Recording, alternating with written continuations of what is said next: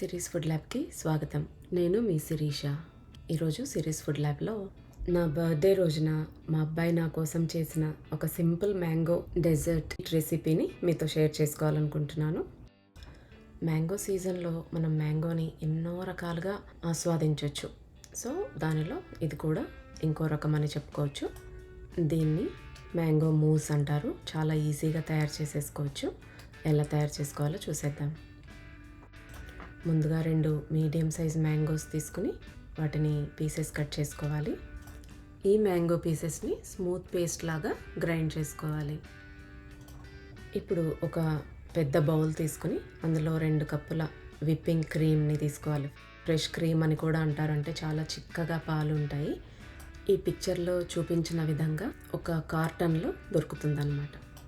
ఇండియాలో కూడా అమూల్ బ్రాండ్లో ఖచ్చితంగా దొరుకుతుంది. ఇప్పుడు ఒక వైర్ విస్క్ కానీ లేదా ఎలక్ట్రిక్ బీటర్ కానీ తీసుకుని విప్ చేసినట్టయితే ఇదంతా కూడా ఒక క్రీమ్ లాగా ఒక ఫోమీ కన్సిస్టెన్సీలో తయారవుతుంది. సాఫ్ట్ పీక్స్ వచ్చే వరకు విప్ చేసుకోవాలి.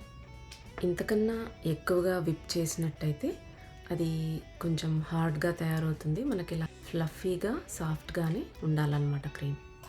తర్వాత 1/3 కప్ కండెన్స్డ్ మిల్క్ని యాడ్ చేసుకోవాలి.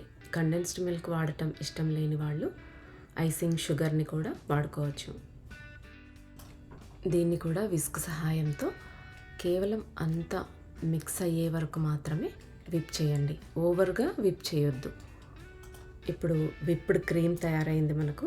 ఇందులో నుంచి కొంచెం తీసి పక్కన పెట్టుకుందాం. ఇది తర్వాత గార్నిషింగ్కి పనికొస్తుంది. మిగిలినటువంటి ఈ విప్డ్ క్రీమ్లో మనం గ్రైండ్ చేసి పెట్టుకున్న మ్యాంగోని కొంచెంగా వేస్తూ, ఒకేసారి అంత వేయొద్దు, కొద్ది కొద్దిగా వేస్తూ జస్ట్ ఇలా ఫోల్డ్ చేసుకోవాలన్నమాట. మరి ఓవర్ మిక్స్ చేయకూడదు. ఇలా మొత్తం మ్యాంగో మనం గ్రైండ్ చేసుకున్నదంతా కూడా ఈ క్రీమ్లో వేసి కలుపుకోవాలి. ఇది ఎల్లోగా రావాలన్నమాట. తర్వాత ఒక అరగంట కానీ గంట కానీ ఫ్రిడ్జ్లో పెట్టి చల్లగా సర్వ్ చేస్తే బాగుంటుంది. ఈ మ్యాంగో మూస్ని బౌల్లోకి తీసుకుని అందులో మనం పక్కకు తీసి ఉంచినటువంటి ప్లెయిన్ విప్డ్ క్రీమ్ ఏదైతే ఉందో అది కూడా ఒక లేయర్ లాగా వేసుకుని పైన మనం కొన్ని కట్ మ్యాంగో పీసెస్ వేసుకోవచ్చు. వీటి మీద కాస్త నట్స్ అయినా చల్లుకోవచ్చు.